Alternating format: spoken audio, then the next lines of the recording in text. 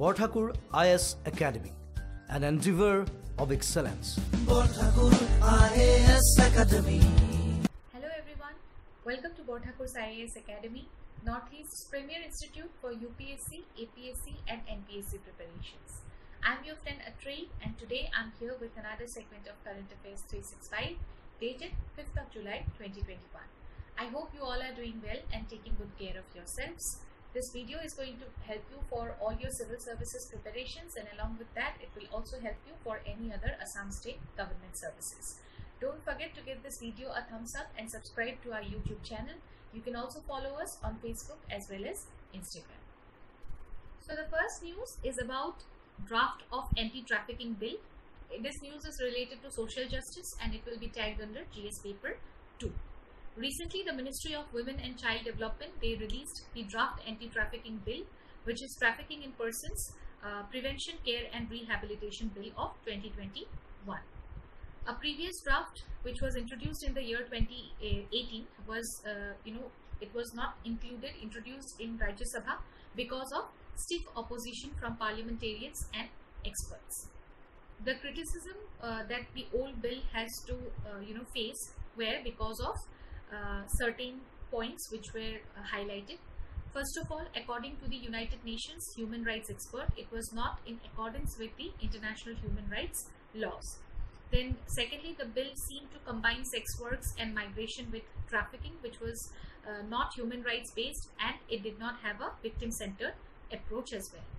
It was also criticized for promoting rescue raids by the polices and for institutionalization of victims in the name of rehabilitation. And there in the old bill, it was pointed out that certain vague provisions would lead to blanket criminalization of activities which do not necessarily relate to trafficking. So some provisions were included in this new bill. First of all, it extends to all citizens inside as well as outside of our country. Any person on ship or aircraft registered in India, wherever it may be, or carrying Indian citizens wherever they may be, will be included. And a foreign national or a stateless person who has his or her residence in India at the time of commission of the offence under this act will be considered. Okay, and this law will also apply to every offence of trafficking in persons with any cross-border implications.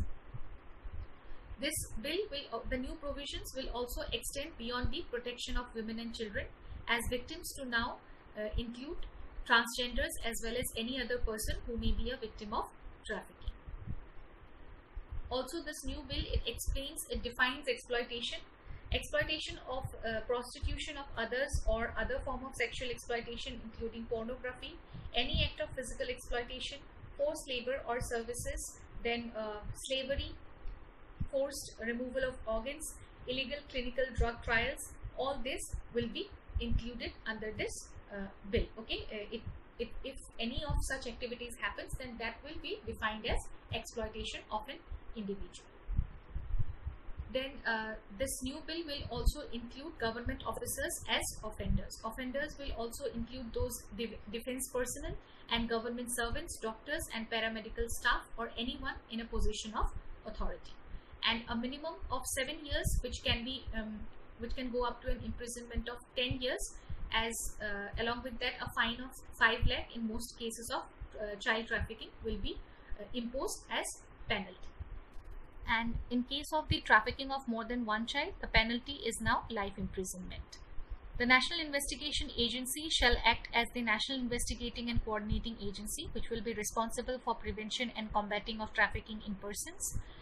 Then the National Anti-Human Trafficking Committee will be established. Okay, the center will notify and establish a committee for ensuring overall effective implementation of the provisions of this law. This committee will also, have representation from various ministries, with the Home Secretary as the chairperson and Secretary of the Women and Child Development Ministry as co-chair. State and district level anti-human trafficking committees will also be constituted. Then let us have a look at the legislations in India which prohibits human trafficking. Article 23(1) of our constitution prohibits trafficking in human beings and forced labor. Then we can also talk about the sections 366A and 372 of the Indian Penal Code. It prohibits kidnapping and selling minors into prostitution respectively. Apart from that, we also have the Factories Act of 1948, which guaranteed the protection of rights of all the workers. Similarly, we have some international conventions, protocols and campaigns. Protocol to prevent, suppress and punish trafficking in persons, especially of women and children, in 2000 was a part of the United Nations Convention Against Transnational Organized Crime. And the United Nations Office on Drugs and Crime is responsible for implementing this protocol. Then we can talk about the Blue Heart campaign. Okay, this campaign is an international anti-trafficking program which was started by the United Nations Office on Drugs and Crime. Then the Sustainable Development Goals, various SDGs, they aim to end trafficking by targeting its roots and means, namely the goal number 5, 8 and 60. Goal 5, it aims at achieving gender equality and empowering all women and girls.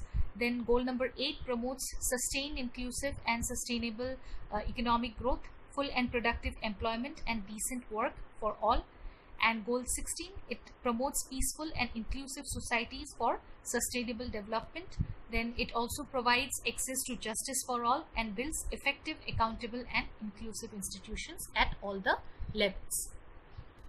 Secondly, the news is about environment and biodiversity, okay, under GS paper 3, which is the melting of last ice area of Arctic. The last ice area located in Arctic's ice north of Greenland has started melting earlier than what was expected by the scientists. This region is located in north of Greenland, and this was believed to be strong enough to withstand global warming. Okay, as per the information which is available, the World Wildlife Fund Canada was believed to be the first one to call this area as last ice area. Now, why this place is important? It was thought to be able to help ice dependent species as ice in the surrounding areas are melting away, and it is used by polar bears to hunt for seals who use ice to build dens for their offspring. Dens, I mean their house, okay, their home. They build their home for their offsprings. And then sea ice is a highway for Inuit who, and this term Inuit refers broadly to the Arctic indigenous population of Alaska, Canada and Greenland. They use it for traveling and hunting. Now let us have a look at the major reasons for melting.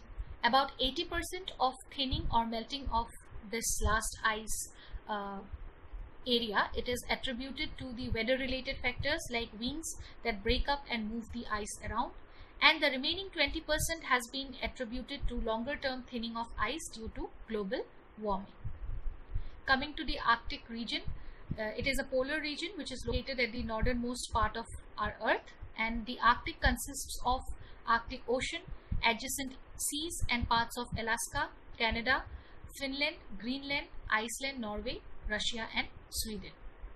Land within the Arctic region has seasonally varying snow and ice cover, and since 2013 India has been India is acting as an observer of the Arctic Council. It has obtained the observer status in the Arctic Council.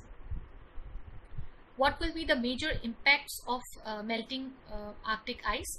First will be the global climate. Okay, it is going to affect the global climate. The Arctic and Antarctic acts like the world's refrigerator, since they are covered in snow that reflects the heat back into space, which is the albedo effect. It tries to balance out other parts of the world which can absorb heat. Okay, so that way it is going to have an impact on the global climate. Secondly, on the coastal communities, as global average sea level has risen by about 7 to 8 inches since the 1900, and the scenario is getting worse every year. Okay, rising seas, they endanger the coastal cities and small island nations by increasing coastal flooding and storm surge. Then another point is regarding food security. Increased heat waves and unpredictability of weather caused by ice loss are already causing significant damage to the crops on which global food system depends. Then permafrost and global warming is another factor. Permafrost in the Arctic ground, which is that means the ground that is remaining permanently frozen. It stores large amounts of methane, which is a greenhouse gas, and that contributes to climate change. And finally, melting of Arctic, it puts the Arctic region's vibrant biodiversity under serious threat. So all these are the impacts of ice melting in the Arctic region. Then India recently participated. This is another point, okay, which is related to current affairs. India participated in the 3rd Arctic Science Ministerial. This news was analyzed in one of our sessions. And here in this ministerial, India shared plans for research and long-term cooperation in the Arctic region. The next news is related to agriculture, which is about Harit Dhara, an anti-methanogenic feed supplement. The Indian Council of Agricultural Research has developed this anti-methanogenic feed supplement, which can cut down cattle methane emissions by 17 to 20%, and this can also result in higher milk production. This Harit Dhara will decrease the population of protozoa microbes in the rumen, which is responsible for hydrogen production, and it will be made available to the microbes for reduction of carbon dioxide to methane. This Harit Dhara has been made from tannin-rich plant-based sources. Tropical plants containing tannins, bitter and astringent chemical compounds are known to suppress or remove protozoa from the rumen. So fermentation after using Harit Dhara will help in production of more propionic acid, which will provide a higher amount of energy for lactose production, and this will also lead to gain of body weight by the animal. So this will lead to economic benefits for the farmers. If we have a look at the methane production in cattle, then rumen, it is the first of the 4 stomachs where the plant material, cellulose, then starch and sugars are all received first. Then they get fermented or broken down by microorganisms prior to further digestion and nutrient absorption. Carbohydrate fermentation, it leads to production of carbon dioxide and hydrogen. Now coming to the methane emissions from cattle, all the belching cattle, buffaloes, sheep and goats of our country, they emit an estimated amount of 9.25 to 14.2 million tons of methane annually. Being largely fed on agricultural residues like paddy, wheat, straw and maize, the ruminants in India, they tend to produce around 50 to 100% higher methane than their industrialized country counterparts, which are given more easily fermentable and digestible concentrates and green fodder. Then methane's global warming potential is around 25 times of carbon dioxide over 100 years, which makes it more potent greenhouse gas. So there are some government initiatives that are related to livestock. Okay, first is the Animal Husbandry Infrastructure Development Fund. It was set up to support the private investment in dairy processing, value addition and cattle feed infrastructure. Then we have the Rashtriya Gokul Mission. It was aimed at developing and conserving indigenous breeds of bovine population, and also to enhance milk production and make it more remunerative to the farmers. Then we have National Livestock Mission, which was launched in 2014-15, and also the National Artificial Insemination Program. It was started to prevent the spread of certain diseases which are genital in nature, and thereby enhancing efficiency of the breed. The next news is related to Project Bold, Bamboo Oasis on Lands in Drought by the Khadi and Village Industries Commission. They launched this project from the village Nichla Manwa in Udaipur, Rajasthan. Let us have a look at this commission of Khadi and Village Industries. This is a statutory body which was established under the Khadi and Village Industries Commission Act of 1956. This commission is charged with the planning, promotion, organization and implementation of programs for development of khadi and other village industries of the rural areas. And this commission functions under the Ministry of Micro, Small and Medium Enterprises. Now coming to the Project Bold. Under this project, 5,000 saplings of special bamboo species from Assam, Bambusa toluda and Bambusa polymorpha, have been planted over 16 acres of vacant arid Gram Panchayat land of the village Nichla Manwa. And by doing so, KVIC has created a world record of planting the highest number of bamboo saplings on a single day at one location. This project is a first of its kind exercise in our country which seeks to create bamboo-based green patches in arid and semi-arid land zones of our country. And this project has been launched as a part of Khadi Bamboo Festival to celebrate 75 years of independence of Azadi Ka Amrit Mahotsav. First of all, the question arises why bamboo has been selected for this purpose. The reason is that it grows very fast, and in about 3 years time it could be harvested. And secondly, it is also known for conserving water and reducing evaporation of water from the land surface. This is a very important feature specifically in arid and drought prone areas.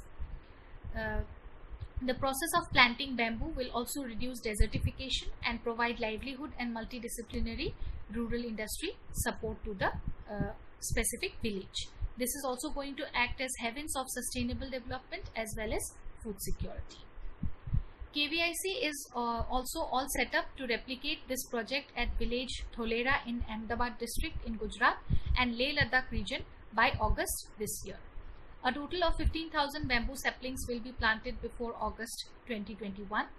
Some other initiatives in order to fight desertification in our country includes the Pradhan Mantri Fasal Bima Yojana, then Soil Health Card Scheme. We have the Pradhan Mantri Krishi Sinchai Yojana, National Mission for Green India, and India has also ratified the United Nations Convention to Combat Desertification. So these are the initiatives which our country is taking in order to fight desertification in our country. So this was all for today. Thank you so much for watching this video. I hope it will help you all. Don't forget to give this video a thumbs up and subscribe to our YouTube channel. I'll see you all again tomorrow with another session of Current Affairs 365 only on Borthakur's IAS Academy, Northeast's premier institute for UPSC, APSC and NPSC preparations. Till then, take care, keep learning. Bye-bye. Borthakur IAS Academy